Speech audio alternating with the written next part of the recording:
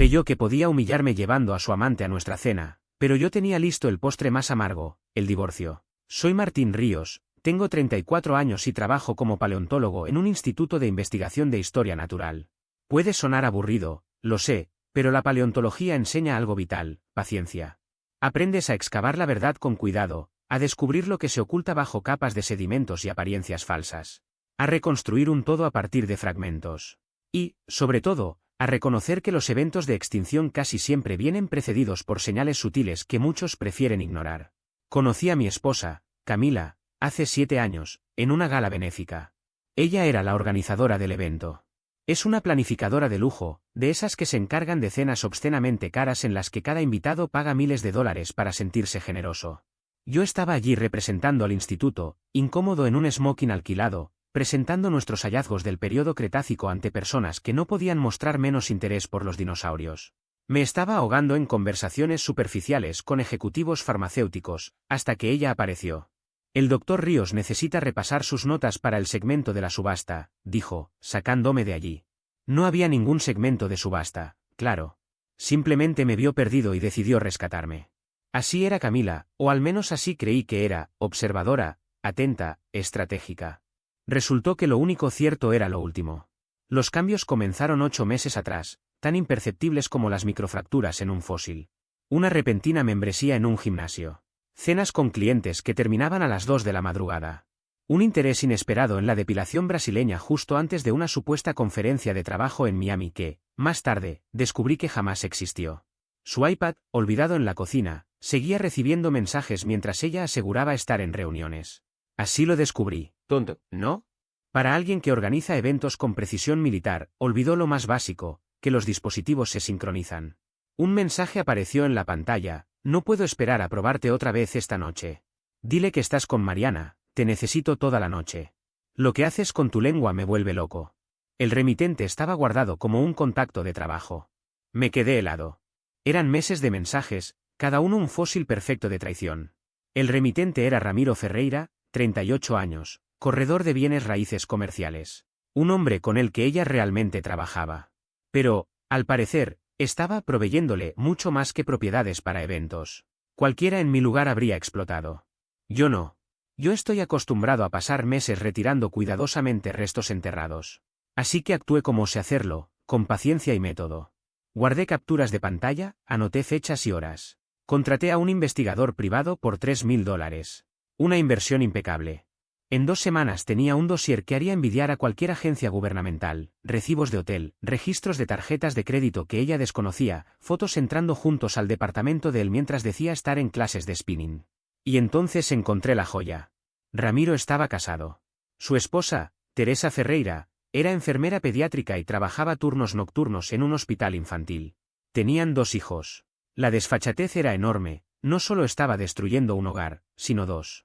Guardé silencio 3 meses. 3 meses fingiendo ignorancia. 3 meses soportando que se metiera en nuestra cama oliendo al perfume de otro hombre, convencida de que yo era un ingenuo. 3 meses escuchando "te amo" mientras ella respondía mensajes desde nuestro propio baño.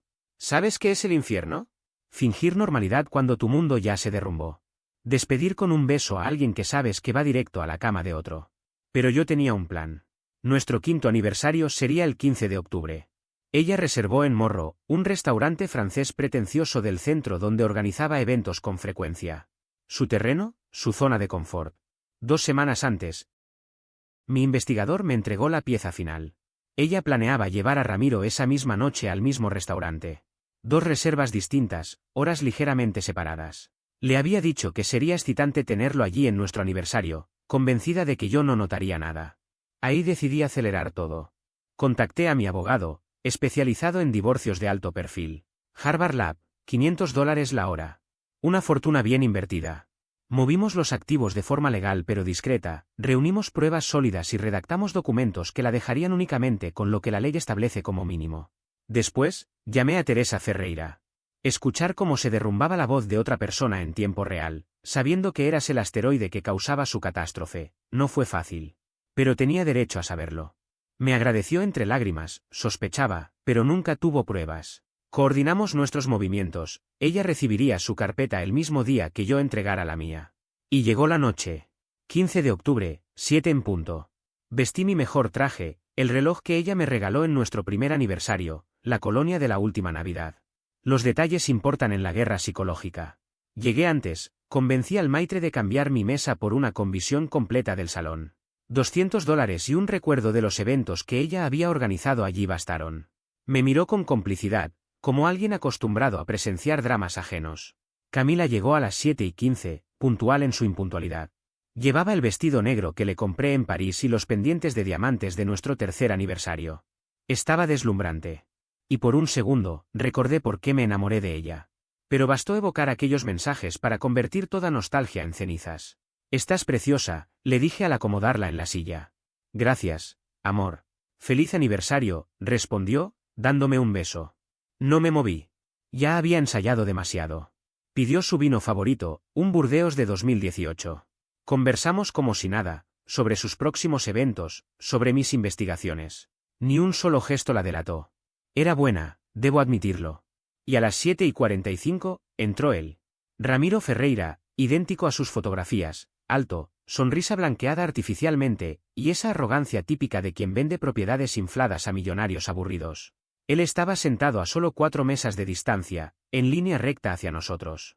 En cuanto nos vio, su rostro mostró un desfile de emociones, primero sorpresa, después desconcierto y finalmente una máscara de neutralidad forzada. Camila todavía no lo había notado, estaba absorta en el menú, comentando emocionada sobre el foie gras. «Invítalo a la mesa», dije con un tono casual. Ella levantó la vista, desconcertada. «¿Qué? Ramiro, tu contacto del local. Está justo ahí, cenando solo. Sería descortés no invitarlo». El color desapareció de su cara tan rápido que pensé que iba a desmayarse. No me había dado cuenta de que estaba aquí. ¿En serio? Qué raro, con lo observadora que sueles ser. Antes de que pudiera objetar, alcé la mano y lo llamé con un gesto amistoso. «Ramiro, ven, acompáñanos». Los siguientes 60 segundos fueron dignos de un manual de control del pánico. Ambos trataban de descifrar si yo sabía algo, si era una trampa, si lo mejor era escapar. Pero las normas sociales pesan más que el instinto. En un restaurante lleno de gente, conmigo sonriendo de manera impecable, ¿qué podían hacer? Solo obedecer. Ramiro caminó hacia nosotros como un hombre que avanza directo a su ejecución. «Martín, Camila, qué sorpresa». «Siéntate, por favor», le insistí, señalando la silla vacía. «No podemos dejarte cenar solo. Además, Camila siempre habla maravillas de tu trabajo en conjunto». Se sentó. Camila apenas podía sostener la copa, sus manos temblaban. Yo, el perfecto anfitrión, serví vino para todos y alcé mi copa. Por la verdad y la lealtad, los cimientos de cualquier relación, profesional o personal. Bebieron. No tenían opción. Llegaron los aperitivos y yo mantuve la compostura, conversando con Ramiro sobre bienes raíces comerciales, sobre tendencias del mercado, fingiendo interés en cada palabra. Camila apenas probó bocado. Intentaba escribir un mensaje debajo de la mesa, probablemente para advertirlo, pero cada tanto hacía que la mesa se moviera sin querer, lo justo para que dudara en seguir tecleando. ¿Saben qué es lo que más disfruto de mi trabajo?, pregunté, mientras cortaba mi paté. El aspecto detectivesco, tomar pequeños indicios, fragmentos casi insignificantes, y reconstruir historias completas. Como con un fósil en el que trabajamos, era solo un diente, pero con eso deducimos dieta, edad, condiciones ambientales. Increíble lo que los detalles pueden revelar. Ramiro carraspeó. Eso es interesante, ¿verdad, Camila? ¿Recuerdas aquel congreso en Miami sobre planificación sostenible de eventos? Sí, claro, respondió ella, apenas audible. He estado pensando en asistir a algo similar para el instituto. ¿Cómo se llamaba aquel hotel? Marquis Ovechide. Marquis, dijo ella. Qué curioso, intervine, porque cuando llamé al hotel no tenían constancia de ningún congreso de sostenibilidad esa semana. Lo que sí tenían era el registro de una tal señora Ríos, que se hospedó acompañada. El silencio que siguió fue exquisito. Otras mesas comenzaron a percibir la tensión. Los ojos de Camila se llenaron de lágrimas, pero yo aún no había terminado. Pero no hablemos del pasado, continué, con voz firme y serena. Hablemos del futuro. Llamé al camarero. No traeremos plato principal. Solo el menú de postres, mejor dicho, no. Tengo algo especial preparado. Saqué un sobre negro y lo deslicé hacia Camila. «Feliz aniversario, querida». Ella lo abrió con manos temblorosas. Sus ojos recorrieron la primera página, una petición de disolución de matrimonio. La segunda, capturas de sus mensajes. La tercera, recibos de hotel. La cuarta, una foto entrando al departamento de Ramiro. ¿Qué es esto?, susurró. Tu regalo de aniversario. Bueno, en realidad es para los dos. Me giré hacia él.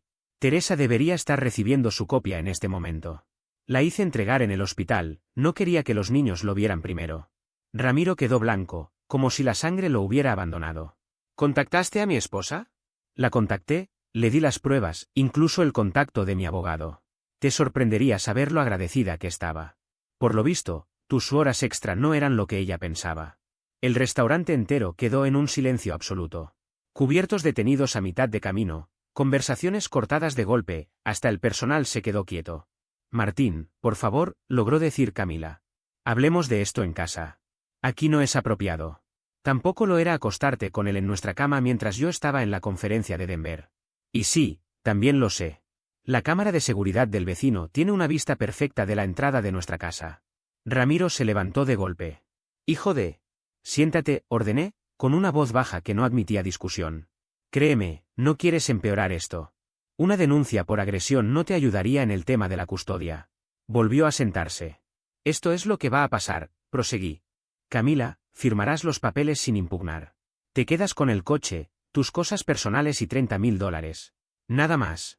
Si intentas exigir más, cada persona de tu empresa recibirá esas capturas. Clientes, proveedores, colegas. ¿Tu reputación vale más que cualquier cifra, o no? No puedes, balbuceó ella. Claro que puedo. Y ya lo hice. Es todo perfectamente legal. Pregúntale a tu novio, él debe conocer abogados inmobiliarios. Me levanté, saqué la billetera y dejé $500 sobre la mesa. Luego, de mi bolsillo, saqué su anillo de matrimonio. Lo había retirado semanas atrás de nuestra caja de seguridad compartida. La mesa quedó en un silencio sepulcral. Mi decisión estaba tomada, y lo único que ellos podían hacer era enfrentar las consecuencias. Coloqué el sobre frente a ella, sobre la mesa. Deberías haberte quitado esto hace meses, habría sido más honesto, dije mientras miraba a los dos, convencido de que se creían más listos y discretos de lo que en realidad eran. Disfruten el postre.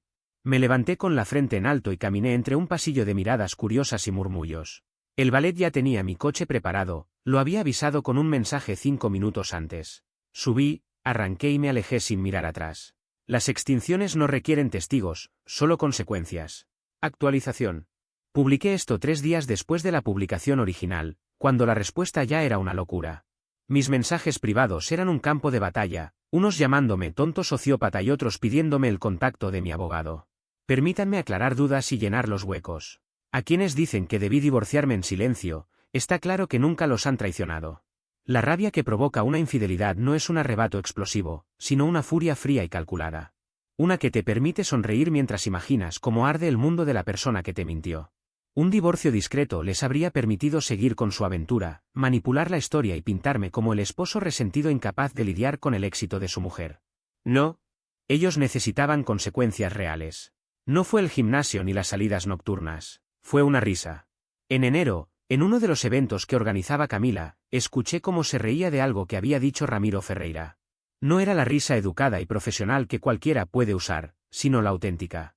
La que solía ser solo mía. Aquella que terminaba con un pequeño resoplido que siempre la avergonzaba. Y lo miraba como antes me miraba a mí. Quise creer que estaba imaginando cosas. Llevábamos 7 años juntos, 5 de casados. Se supone que la rutina aparece en esa etapa, ¿no? Todos dicen que el matrimonio requiere esfuerzo. Me convencí de que era paranoia. Ese mes llegó la necesidad del gimnasio, específicamente una membresía en Equinox, $200 al mes teniendo equipo en casa. Necesito las clases para motivarme, argumentó ella. Sí, claro.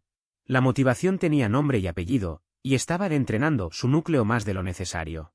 En marzo llegaron los cambios de costumbres con el teléfono, pantalla hacia abajo, siempre llevándolo al baño, nuevas contraseñas por seguridad.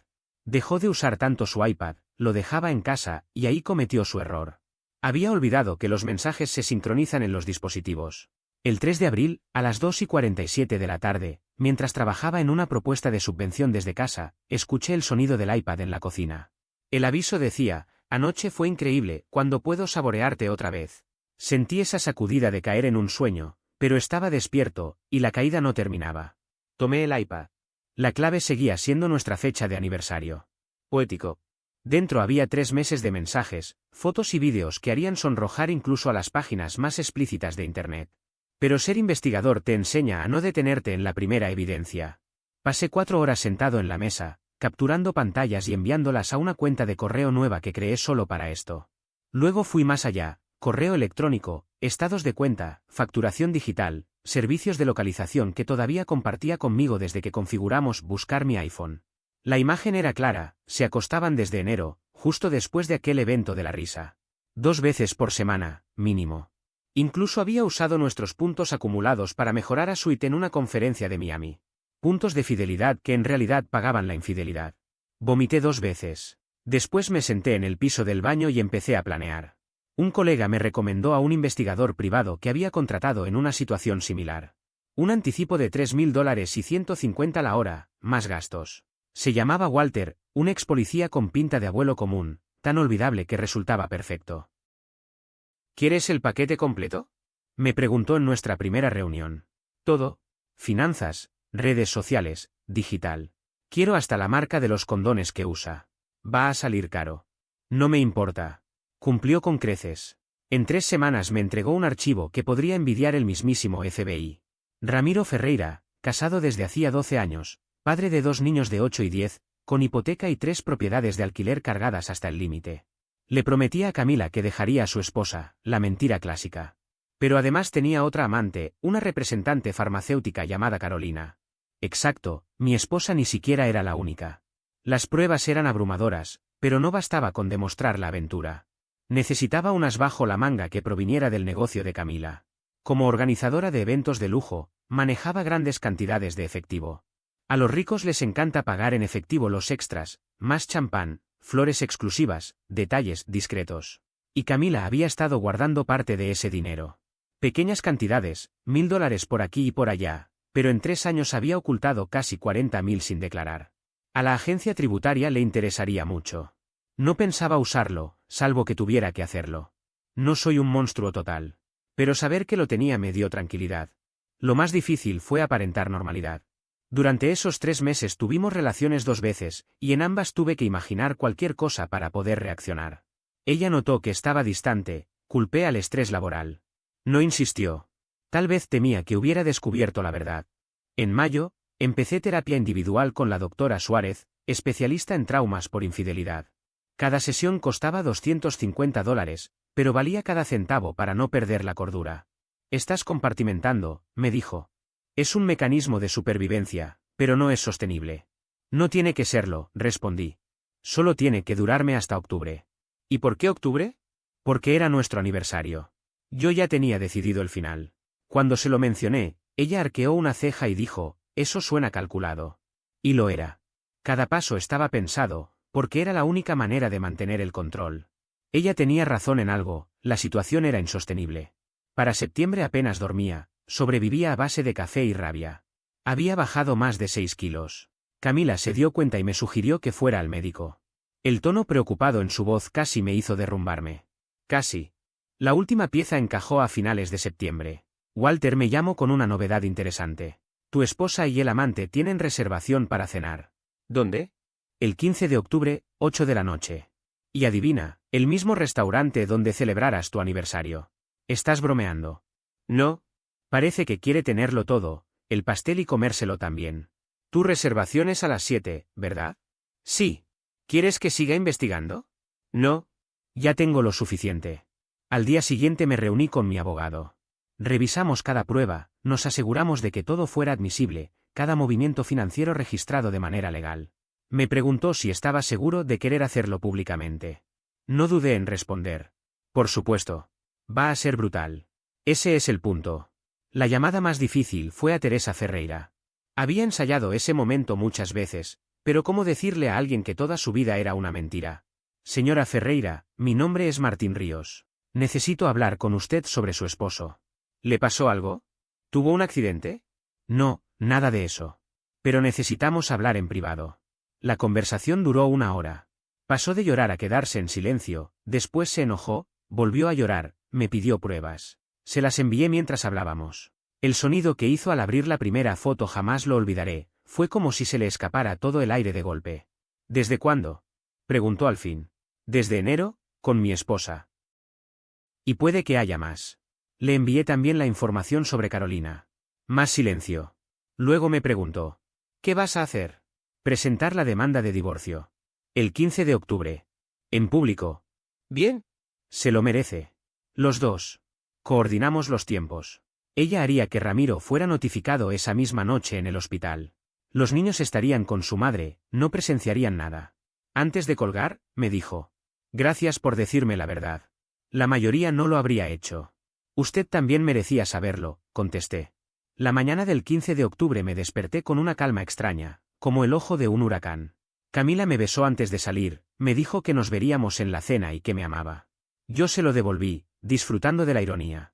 Pasé el día en el trabajo como si nada, terminé propuestas de investigación, revisé un artículo para publicar. Para cualquiera parecía un día normal. Por dentro, contaba las horas.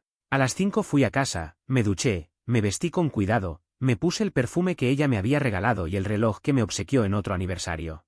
Quería que cada detalle sirviera para clavar más hondo el cuchillo. El resto ya lo conocen. Actualización. Publiqué esto 2 semanas después del primer relato. Esos días fueron un torbellino de demandas, mensajes amenazantes y aliados inesperados. Para empezar, Camila no firmó los papeles esa noche. Por supuesto que no. En lugar de eso, contrató a Germán Fernández, un abogado de divorcio con fama de destrozar maridos en los tribunales. $750 la hora, pagados desde nuestra cuenta conjunta antes de que pudiera congelarla.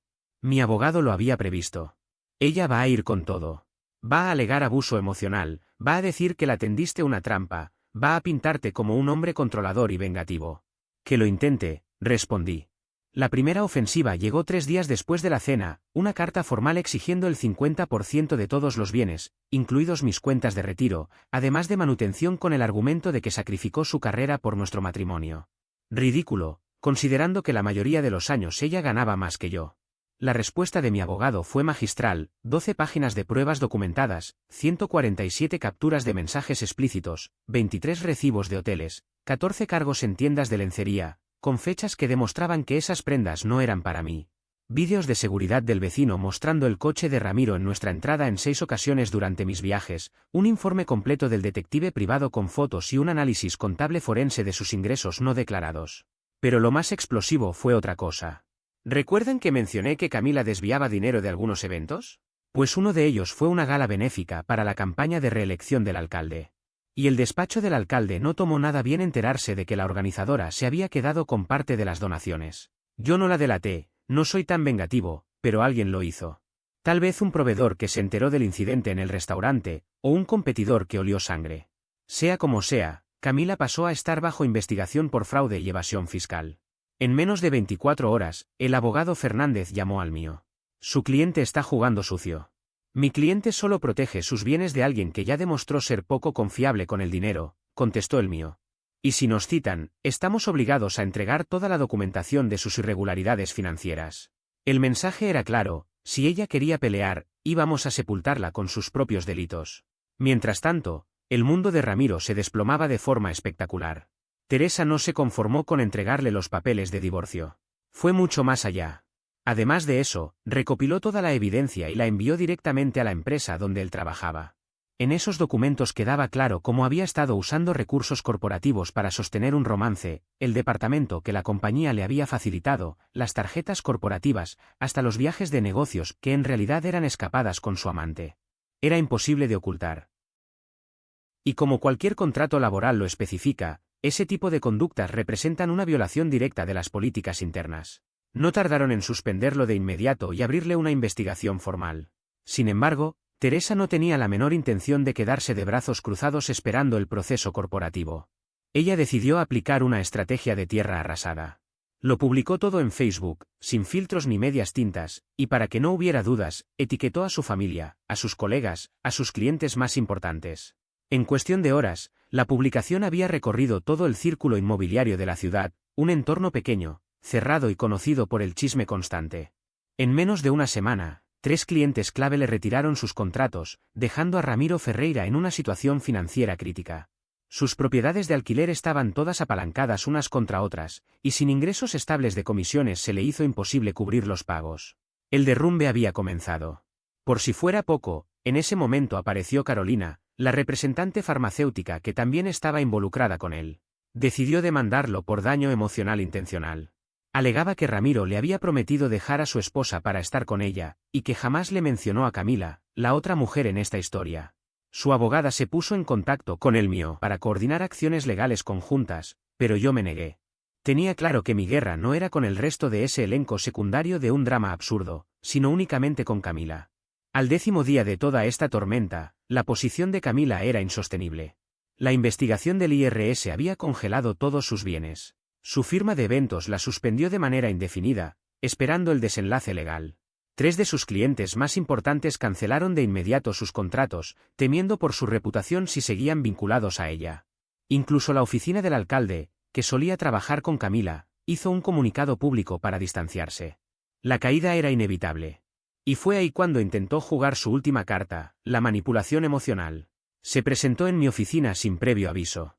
Seguridad me llamó para avisar que estaba llorando en el vestíbulo, rogando que la dejara hablar conmigo. Acepté verla, pero bajo condiciones claras, solo 5 minutos en una sala de conferencias, con testigos presentes. Cuando entró, no vi a la mujer que yo conocía. La Camila elegante, vestida de diseñador, segura de sí misma, se había esfumado. En su lugar estaba alguien con jeans gastados, una sudadera, sin maquillaje, el cabello sucio y sin peinar. Parecía derrotada. Martín, por favor, me dijo entre sollozos. Estás destruyendo mi vida. No, le respondí con frialdad. Tú misma la destruiste.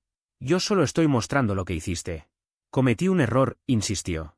Un error es olvidar un aniversario, le contesté. Lo tuyo fueron decisiones conscientes. Cientos de ellas. Cada mensaje que enviaste, cada mentira, cada vez que lo recibiste en nuestra cama fue una elección. Cuando me dijo que me amaba, solté una carcajada amarga.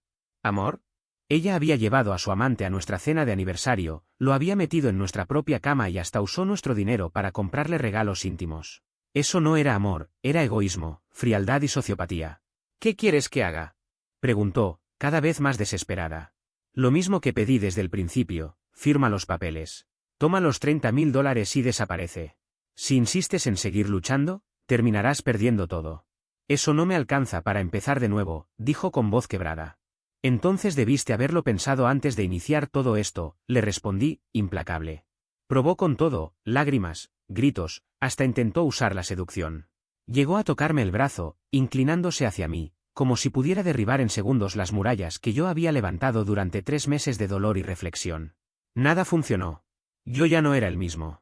Te has vuelto cruel, me dijo al final, cuando seguridad la escoltaba fuera del lugar. No, le aclaré. Simplemente terminé contigo. Al día siguiente, su abogado llamó al mío. Camila había cedido y aceptado el acuerdo inicial, aunque con un único cambio, pedía 50.000 en lugar de 30.000. Mi abogado me recomendó aceptar, son 20.000 más, pero a cambio quedas completamente libre. Tenía razón. En 72 horas los papeles estaban firmados. El matrimonio que tardamos 5 años en construir se desmoronó en apenas 2 semanas. Sin embargo, la historia aún tenía un giro más. Ramiro, hundido en deudas y desesperación, cometió un error monumental. Intentó chantajearme. Me envió un correo exigiendo $100.000 a cambio de no publicar unas fotos íntimas de Camila. Yo simplemente reenvié el mensaje a mi abogado, y este a la policía. El chantaje es un delito grave, y Ramiro fue arrestado frente a sus propios colegas, en lo que solía ser su oficina. Lo más ridículo fue que esas imágenes ya estaban en manos de mi abogado como parte del expediente. Ramiro trató de extorsionarme con pruebas que yo mismo había entregado. Tiempo después, Teresa me llamó tras enterarse de su arresto. ¿Sabes lo irónico?, me dijo. Te agradezco. No por el dolor, sino porque me abriste los ojos. Yo vivía engañada sin darme cuenta. ¿Y tus hijos? Confundidos y heridos, pero saldrán adelante. Son fuertes. En cambio, su padre está destruido. Lo último que supe es que duerme en su coche. ¿Y tú? Yo estoy bien. Me quedé con la casa, los ahorros y la custodia total. Mi hermana, que es agente inmobiliaria, me ayuda a vender. Me mudaré cerca de mis padres y empezaré de nuevo. Eso suena bien. ¿Te arrepientes de haber hecho todo tan público? Pensé unos segundos antes de contestar. No. Ellos nos humillaron primero en privado. Cada mentira, cada traición, cada falso te amo mientras planeaban sus escapadas. Yo solo les di el escenario que merecían. Ella rió. Fue una risa oscura, pero genuina. Visto así, parece casi un brindis a las ejecuciones públicas, me dijo. Mientras tanto, la caída profesional de Camila seguía. La investigación fiscal terminó con una deuda de $47.000 en impuestos y sanciones. Su seguro profesional le retiró toda cobertura. Para pagar abogados tuvo que vender su Mercedes. La última noticia que tuve de ella es que trabajaba como asistente en una pequeña empresa de eventos, lejos de la posición de prestigio que solía ostentar. Ramiro, por su parte, continúa a la espera de juicio por intento de chantaje. Yo, en cambio, asisto a terapia 2 veces por semana. La doctora Suárez asegura que progreso, pero le preocupa lo que llama mi desapego emocional. Tu plan fue ejecutado a la perfección, me dijo, pero la herida no está en lo económico, sino en tu capacidad de confiar otra vez. Y tenía razón. Las secuelas no son las pérdidas materiales, sino las cicatrices invisibles. Cada futura relación llevará el peso de esta historia. Cada te amo vendrá con un asterisco. Cada noche de trabajo hasta tarde encenderá alarmas en mi mente. Sin embargo, prefiero vivir con cicatrices y ser libre que continuar atrapado en la ignorancia. 6 meses después. Han pasado 6 meses desde la cena en aquel restaurante, 6 meses desde que detoné mi vida para arruinar la suya. Y el final no fue un estallido dramático, sino un silencio helado. Ramiro terminó declarándose culpable de intento de extorsión. Recibió 2 años de libertad condicional y 200 horas de servicio comunitario. Su licencia como agente inmobiliario fue revocada. Lo último que supe gracias a Teresa es que ahora trabaja en un concesionario de autos en Jersey, viviendo en un pequeño estudio. Una caída brutal para alguien que alguna vez se creyó intocable. El perfil de redes sociales de Ramiro Ferreira, que antes estaba lleno de fotografías de propiedades de lujo y cenas con clientes, lleva inactivo desde octubre. Mientras tanto, Camila llegó a un acuerdo con el IRS, pagando multas que prácticamente borraron los $50.000 que había conseguido tras el divorcio. Logró salir bien librada en la investigación de fraude relacionada con la campaña del alcalde, aunque no por inocencia, sino porque lo que se le probó fue desprolijidad en las cuentas, no delito. Un triunfo menor, supongo. Ella me bloqueó en todas partes, lo cual no me molesta, ya no quedaba nada que decirnos. Sin embargo, lo que no esperaba eran los daños colaterales en mí mismo. Imaginé que sentiría alivio, victoria, libertad. Pero lo que encontré fue vacío. Sentí que había invertido tanto esfuerzo en destruir que no tenía energía para reconstruir. Mi departamento parecía una escena del crimen de la que no podía escapar, cada rincón guardaba un fantasma de lo que habíamos compartido. La mesa de centro que compramos en una venta de antigüedades, la cocina donde descubrí aquellos mensajes, el dormitorio que ya no podía mirar sin recordar. Decidí mudarme. Elegí un apartamento más pequeño y cercano al trabajo. Moderno, aséptico, sin historia. Un colega bromeó diciendo que parecía el piso de un asesino en serie, todo blanco y gris, sin nada personal. No estaba equivocado. En diciembre comenzaron las pesadillas. No eran sobre Camila ni sobre el engaño, sino sobre el restaurante. En esos sueños, yo era el expuesto, el que quedaba al descubierto frente a todos, que leían mis secretos y me juzgaban por mis fracasos. Me despertaba empapado en sudor, con el corazón acelerado, a veces gritando. Mi terapeuta, la doctora Suárez, dijo que era mi subconsciente procesando la culpa. ¿Culpa?, pregunté. ¿Fueron ellos quienes me traicionaron? Sí, me respondió, pero fuiste tú quien eligió cómo responder, y esa decisión siempre deja un peso, aunque tengas justificación. Tenía razón. Me había transformado en alguien que no reconocía, calculador, cruel, buscando causar el máximo daño. ¿Estuvo justificado? Tal vez. ¿Era esa la persona que quería ser? Difícil de responder. En febrero intenté volver a salir con alguien. Conocí a Carla, una bióloga marina que me presentó un colega. Inteligente, atractiva, con una bondad genuina. Salimos 4 veces. Era perfecta en papel, probablemente también en la realidad. Pero la primera vez que se quedó a dormir, al ver su cepillo de dientes junto al mío al día siguiente, me invadió un ataque de pánico. Completo. Creí que me moría. Ese mismo día terminé la relación con una excusa barata de no estar listo. Ella merecía algo mejor que mis ruinas. El trabajo se convirtió en mi refugio. Publiqué 3 artículos académicos, obtuve una beca para una excavación importante en Montana. Profesionalmente, estaba en el mejor momento. Quizá porque era lo único que podía controlar. Los huesos no mienten, los fósiles no engañan. Los muertos son mucho más confiables que los vivos. El mes pasado ocurrió algo inesperado. Durante una conferencia en Denver, reconocí entre el público a Mariana Paredes, la ex mejor amiga y antigua socia de Camila. Habían terminado mal años atrás, después de que Camila le robara a un cliente. Traté de evitarla, pero me alcanzó en la recepción. Martín, tenemos que hablar. No tengo nada que decir sobre Camila. No se trata exactamente de ella, es sobre lo que no sabes. Mi estómago se encogió. Después de todo lo vivido, ¿qué más podía haber? Mariana me reveló que el romance de Camila con Ramiro Ferreira no había sido el primero. 2 años después de nuestro matrimonio, había tenido una aventura con un cliente llamado Felipe. Mariana lo había descubierto y, tras una fuerte discusión, decidió terminar su sociedad con ella. Debí habértelo contado, me dijo. Pero Camila me juró que había sido un error único y que jamás lo repetiría. Le creí. Lo lamento. Me quedé helado, con un vaso de bourbon en la mano, procesando aquello. Toda mi venganza había estado cimentada en la idea de que se trataba de una traición singular, reciente. Pero en realidad, había sido un engaño mucho más largo. ¿Cuántos más hubo?, pregunté. No lo sé. Felipe seguro, quizás otros. Era buena para compartimentar su vida. La misma palabra que mi terapeuta había usado sobre mí. Esa noche, en la habitación del hotel, pasé de reírme a llorar sin control. Todo aquel plan meticuloso, la ejecución perfecta, la humillación pública, y todo basado en información incompleta. Era como si, siendo paleontólogo, hubiera reconstruido un evento de extinción equivocado, datando mal el carbono del desastre. La revelación no me dio más furia, sino cansancio. Un agotamiento profundo, de huesos y de alma. ¿Cuántas veces habría regresado a casa después de estar con alguien más? ¿Cuántas señales pasé por alto porque confiaba? ¿Cuánta gente lo supo antes que yo? Llamé de urgencia a la doctora Suárez desde Denver. ¿Esto cambia cómo ves lo que hiciste?, me preguntó.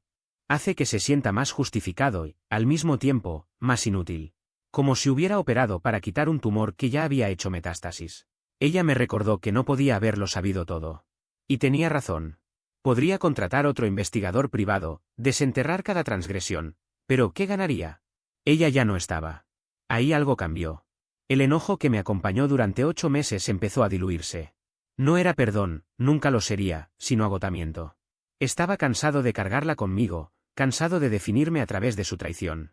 Al volver de Denver hice lo que debía haber hecho meses atrás, guardé todo lo que me recordaba a ella. Fotografías, regalos, hasta cosas que eran mías pero que llevaban su huella. No las quemé en un gesto dramático ni las tiré para siempre. Simplemente las puse en un depósito. Tal vez un día las vea sin sentir nada. Ese día aún no llega. Entonces, Teresa me llamó. Quería encontrarse conmigo para un café, decía que tenía noticias. Nos vimos en un local pequeño en el centro, lejos de cualquier lugar donde pudiéramos cruzarnos con conocidos. Se la veía distinta, más saludable, más ligera. Quiero darte las gracias otra vez, me dijo. Ya lo hiciste. No, hablo en serio. No solo por contarme la verdad, sino por cómo lo hiciste. Pudiste haber mandado un anónimo, pero me diste pruebas, apoyo e incluso el contacto de tu abogado. Me trataste con dignidad en el peor momento de mi vida. Tú también merecías la verdad. Hizo una pausa, removió el café y bajó la voz. Estoy saliendo con alguien. Es reciente, sin presiones, pero agradable. Es médico en el hospital. Divorciado también. Él sabe lo que significa caminar con ese peso invisible que nunca termina de soltar del todo. Bien por ti, le dije. ¿Y tú? Lo intenté, fracasé, no estoy listo. Quizá lo esté algún día. A veces creo que mi vida entera se convirtió en una serie de planes y cálculos, rutas, tiempos de entrega, excavaciones marcadas por precisión quirúrgica. Pero lo que viví con Ramiro Ferreira fue otra clase de planificación, una que terminó siendo tan necesaria como peligrosa para mi propia estabilidad. Puede que no haya sido lo más sano, pero fue el golpe exacto que él necesitaba. Durante demasiado tiempo había vivido sin rendir cuentas, múltiples amantes, maniobras financieras ilegales, y una frialdad con la que trataba a las personas como si fueran piezas descartables de un tablero. Yo no solo lo expuse a él, sino también a todo el mecanismo corrupto que lo había protegido. No lo hice para parecer noble, le aclaré a Teresa en una de nuestras conversaciones. Lo sé. Intentaba sobrevivir. Pero hay momentos en que la supervivencia se convierte en justicia, y ahí es cuando los actos se vuelven ineludibles, me contestó, con un gesto que mezclaba resignación y alivio. Seguimos hablando por más de 1 hora. Me contó que sus hijos empezaban a adaptarse, que en su trabajo había logrado un ascenso, y compartimos esa rara complicidad que solo se da entre personas marcadas por la traición. Antes de despedirse, me dejó una frase que aún escucho en mi mente con total claridad. ¿Sabes qué entendí? No solo nos engañaron. También nos arrebataron la posibilidad de salir dignamente desde la primera vez. Cada mentira fue como sumarnos días, meses y años a una condena que ni siquiera sabíamos que cumplíamos. La semana pasada se cumplió un año desde que encontré aquellos mensajes en el iPad. No fui a trabajar. Conduje hasta Montana, hasta el sitio de excavación, y pasé el día entero hundido en la tierra, cuidadosamente rescatando el fémur fosilizado de un hadrosaurio de 67 millones de años. Hay algo casi espiritual en excavar, apartar capa tras capa de sedimento, ir revelando la verdad que el tiempo intentó ocultar. Uno de mis estudiantes de posgrado me preguntó por qué había elegido convertirme en paleontólogo. Porque me gustan los rompecabezas que tienen respuestas definitivas, le contesté.